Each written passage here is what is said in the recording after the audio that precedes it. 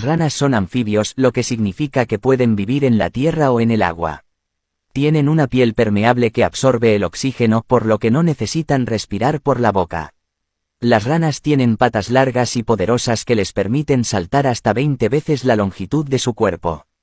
Tienen una vista excelente y pueden ver en todas direcciones. Algunos tipos de ranas muy chulas son la rana de cristal, en la que se puede ver a través del cuerpo y ver los órganos internos. Aquí tenemos a la rana Goliat, que puede pesar hasta 3,25 kilos, lo mismo que un recién nacido.